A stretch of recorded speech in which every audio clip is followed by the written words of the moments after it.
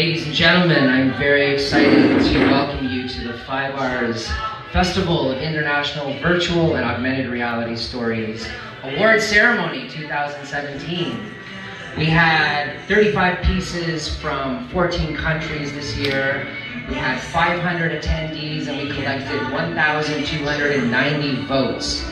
And we are going to share with you today the People's Choice in Interactive Media, in Best Immersive Spherical Video, the new Impact Award for that piece that might help someone change their mind and take action in the world, and finally the Grand Jury Prize, which is an aggregate vote from over 20 different industry leaders and experts in virtual reality to define this year's crown jewel of virtual reality or augmented reality narrative. So, my friend Pete Devlin will be my musical accompanist.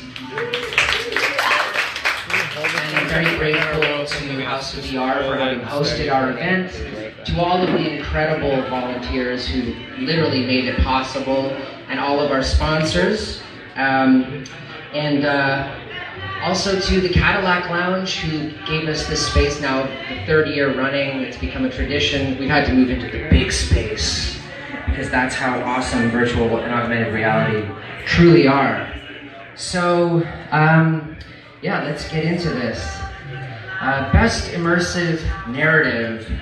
This is a public vote, and we had a baseline of 15 votes required to qualify, and so from those we collect a score from 1 to 5 at the end of every viewing, and then we take those and divide those by the number of total votes and find an algorithm that considers the complete number of votes to find our mean average. So my colleague Chirssy, who's our production manager and designer extraordinaire, is going to present the Best Immersive Narrative. And the winner of the People's Choice Best Immersive Video is Guardian of the Guga Kingdom.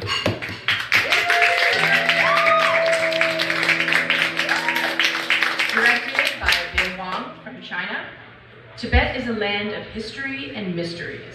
Among the mysteries, Guga Kingdom relics aroused the most interest as they suddenly disappeared after 7 centuries of prosperity, leaving behind temples, murals, and Buddha statues. The Guardian tells the story of Basang Tsering, a 28-year-old Tibetan who follows his heart to be a guardian of the Guga relics and Guga culture, giving up all the favorable conditions of urban life.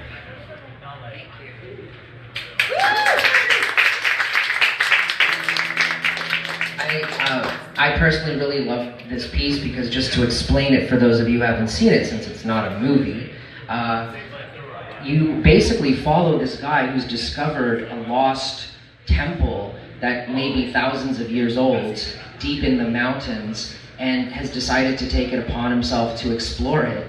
And he lives there. He drives 1,800 kilometers to get up to this place. There's no vegetation to speak of. I don't know how he really survives.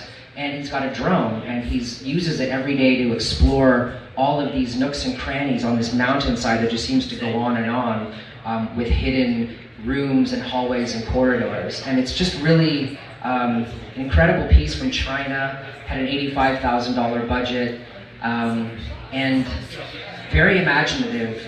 In the middle, there's a star sequence, and you look up at what the night sky there might be like, and just full of kind of interesting surprises. So we were really surprised and thrilled to see this one step forward as the winner this year. Okay, so we're going to move on to what most people think of when they think of VR, which is the best interactive experience. And this year we had more than previous years, which was good to see. And these pieces are strange in that they're not games and they're not quite stories. They're sort of a midway point between interactivity and how you drive the narrative forward without requiring you to solve something or develop a skill set per se. So with that, again, this is a vote by the public.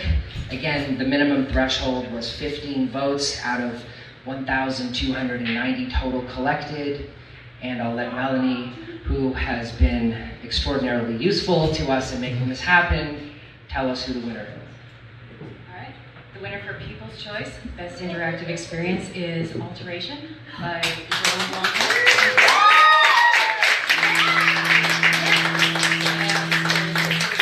Alexandra volunteers for an experiment carried out to study dreams in this poetic trip into the future. He can't imagine that he will be subjected to the intrusion of Elsa, a form of artificial intelligence who aims to digitize his subconscious in order to feed off of it, bit by megabit.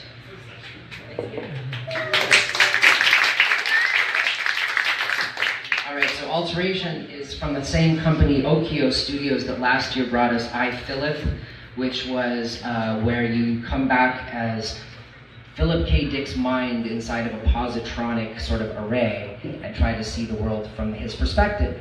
And Okio is doing really, really exciting things with stereography in VR, and Alteration, if in case you don't get to see it, although you can because it's now available on the Oculus store, allows you to do really interesting things like paint in the video depending on where you're looking, and this idea of an AI that's slowly trying to take over your mind, and you seeing it from that perspective is what really sets this piece apart, I think, with our audiences.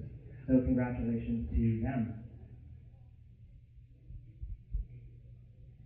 And there's the poster. Okay, so we have a new category this year. If you guys want to come up, the Impact Award we really felt was needed because so many people understand how virtual reality can really create a long-lasting impression, a physiological and embodied impression that teaches you or stays with you in a different way than traditional media.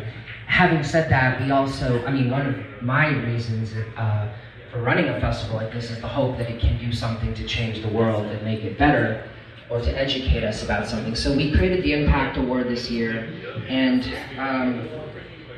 my colleagues Rory and Mika, who are part of our Alpha team, are going to talk us through the selections. Mika, come this way for a little bit. Yeah, okay. So Rory's going to read us the nominees who we wanted to point out because all of these pieces truly deserve your attention, and we'll get to the winner. The nominees are Out of the Blue by Dear Sophie Izet, director. Submerge, director Nishita Jain. Sanctuary, director Shivani Mulakar. And Priya Shakti, Priya's Mirror, director Dan Goldman. Songs of the Vine, director Mara Clancy and Blake Montgomery. And the winner is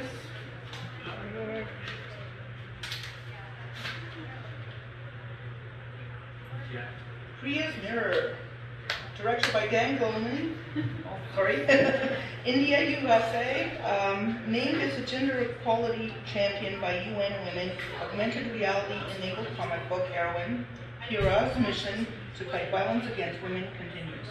When Pura and her flying tiger, Sasha, come upon a castle sheltering women burned by acid attacks, she helps free them from their victimhood by confronting Enkahar, the demon king, who told them that their sacred appearances have no place in society.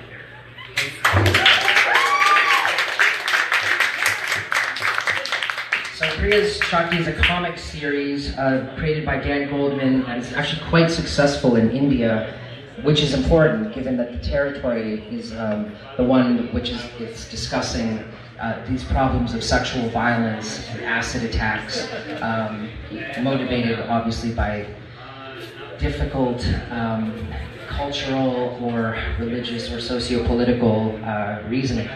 And this comic addresses very difficult subject matter bravely and boldly. It's our first augmented reality award ever to go to a piece, and you would see it in comic book form. We had it up on the walls of the show, and people were able to access it through their tablets. So congratulations, and mostly thank you to them for this bold work.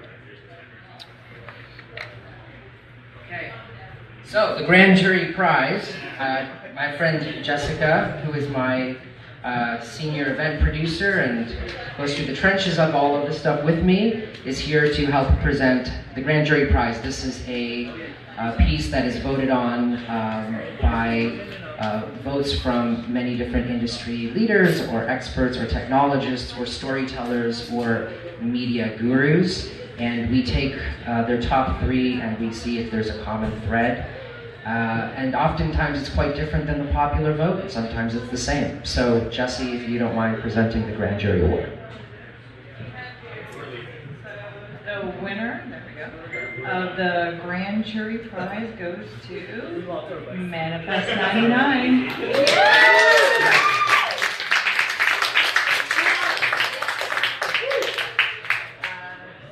Director Adam Volker from USA. Manifest 99 is an ominous and eerie story about finding redemption in the afterlife. Set on a mysterious train rambling through an unknown void, you assist 4 travel companions on their journey to their final destination. Using character engagement as a method of movement, Manifest 99 explores scale and navigation unlike any other VR experience.